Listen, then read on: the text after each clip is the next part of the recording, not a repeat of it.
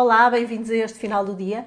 Hoje a nossa conversa, como não podia deixar de ser, vai ser sobre o monotema da semana, isto é, a Operação Marquês e a leitura do despacho do juiz de instrução.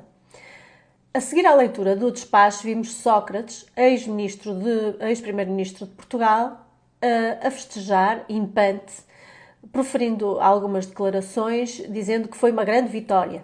Mas Sócrates vai ser julgado por crimes muito graves, branqueamento de capitais e falsificação de documentos. Não há nenhuma razão para este senhor estar a festejar da maneira como o vimos. Mesmo que o juiz de instrução não tivesse afirmado que Sócrates foi corrompido, embora não seja possível levá-lo a tribunal por corrupção, aquilo que já sabemos deste homem é suficiente para sobre ele fazermos um juízo moral. Viveu à conta de um amigo durante anos, recebendo verbas astronómicas, dizendo depois que afinal as verbas provinham de uma herança da mãe, ou de algumas heranças que a mãe terá recebido, as trapalhadas da compra do livro que ele próprio escreveu, o que, não sendo ilegal, é obviamente ridículo.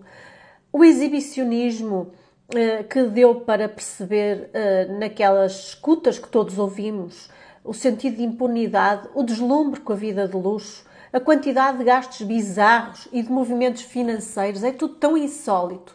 E um homem como este, com traços de personalidade, a meu ver, perigosos, este senhor foi primeiro-ministro de Portugal e levou o país à bancarrota em 2011. Terá recebido pagamentos de empresas de montante superior a 34 milhões de euros, através de uma rede que ligou grupos económicos poderosos e que deixou um rastro de destruição atrás de si. Parece impante na leitura do despacho como se tivesse tido uma grande vitória, o que é no mínimo caricato. E o que é surpreendente é a sua atitude de permanente negação da evidência, achando que é tudo uma cabala montada contra ele. Isso mesmo foi o que vimos ontem na entrevista que deu à TVI.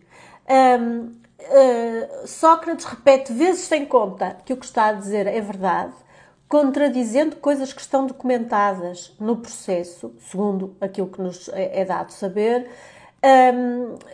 Diz que recebeu 3 heranças da mãe e que o avô era um homem rico. Consegue dizer isto tudo sem se rir. O que obviamente não bate certo com a tese de que os empréstimos de Santos Silva eram para o ajudar. Vejam a entrevista, é toda ela uma peça. Sobre o processo, é evidente que um mega processo é um processo que pode sempre ter as suas fragilidades. É impossível, num processo penal desta dimensão, não haver pequenas irregularidades, pequenos lapsos que são cometidos e que, de certa forma, podem inquinar toda a fase processual. De todo modo, algumas notas importantes. Esta decisão não é definitiva, dela cabe recurso. Tenho dúvidas que o acórdão do Tribunal Constitucional, em que o juiz de instrução se baseia para considerar prescritos os crimes, seja aplicável a este caso, até porque não é um acórdão, o acórdão do Tribunal Constitucional não é um acórdão com força obrigatória geral, é uma fiscalização concreta da constitucionalidade. E, por outro lado, de uma coisa eu tenho a certeza sobre isto tudo, é que Sócrates não estava sozinho naqueles 2 governos. Aliás, boa parte das testemunhas de defesa são pessoas que fizeram parte depois do governo de António Costa. Estavam lá António Costa, Augusto Santos Silva, Maria Manuela Leitão Marques, Fernando Medina, João Gomes Cravinho, Vieira da Silva, entre outros. Apesar de Costa ter montado uma espécie de cerca sanitária em torno do assunto, com a sua habitual bonomia, o certo é que Costa era o número 2 de Sócrates. Era ministro de Estado e da Administração Interna.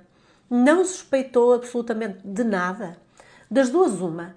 Ou Costa andava de facto muito distraído e foi muito pouco perspicaz, não se apercebendo de que alguma coisa de estranho se passava, o que é grave. Ou então Costa apercebeu-se e assobiou para o lado, o que é gravíssimo. Acho que devemos começar a pensar seriamente nisto. Ainda vamos a tempo de combater este estado de coisas.